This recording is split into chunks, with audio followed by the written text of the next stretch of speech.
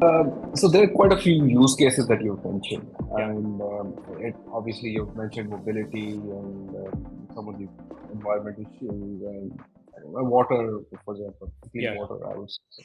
So, which use cases are you sort of like working on at the priority, and where you have made any inroads? All right. So I think that there are many. I think this has to come about through engaging stakeholders, um, and there are many public sector stakeholders that we've engaged. And I can talk about one, for instance, which is related to not only mobility, but also with health, for instance, or safety. So that we're working with, for example, Punjab Emergency Services Department, and if I summarize it in one sentence, we're trying to use data-driven methods to improve road safety. Punjab Emergency Services Department, which is 1122, they went digital recently in the sense that all of their ambulances are now being tracked through GPS. They also have an sort of an app in which they log details about where the accident took place, what were the reasons behind the accident, what was uh, the vehicles, and what were the vehicles involved. Was it a motorbike? What were the outcomes? How long did it take for the ambulance to reach there?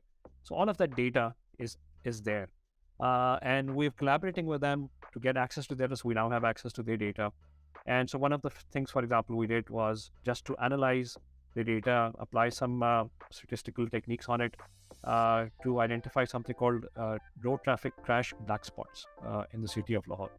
Um, and this is just there's some statistical techniques applied to geospatial data and identified 5 top black spots in the city of Lahore. These were there, but had this data not been there, it would have been very difficult to identify, where the problems are. So from that data, we identified where the problems are, and then we conducted road safety audit.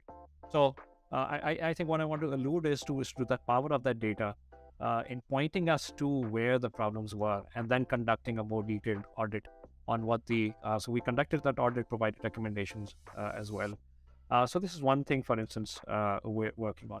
And related to that as well is data-driven optimization of where those resources should be placed. They have ambulances, they have multiple types, and they have ALS, which are the regular ambulances. They also have BLS now, which are the bike ambulances, which will only provide first aid. Where should they be placed at different times of the day, so as to minimize the average response time?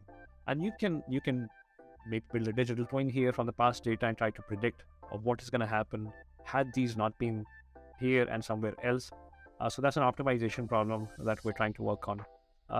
So this is one example. I can go on and on if time permits, but I think I'll stop here and maybe continue with if you have more.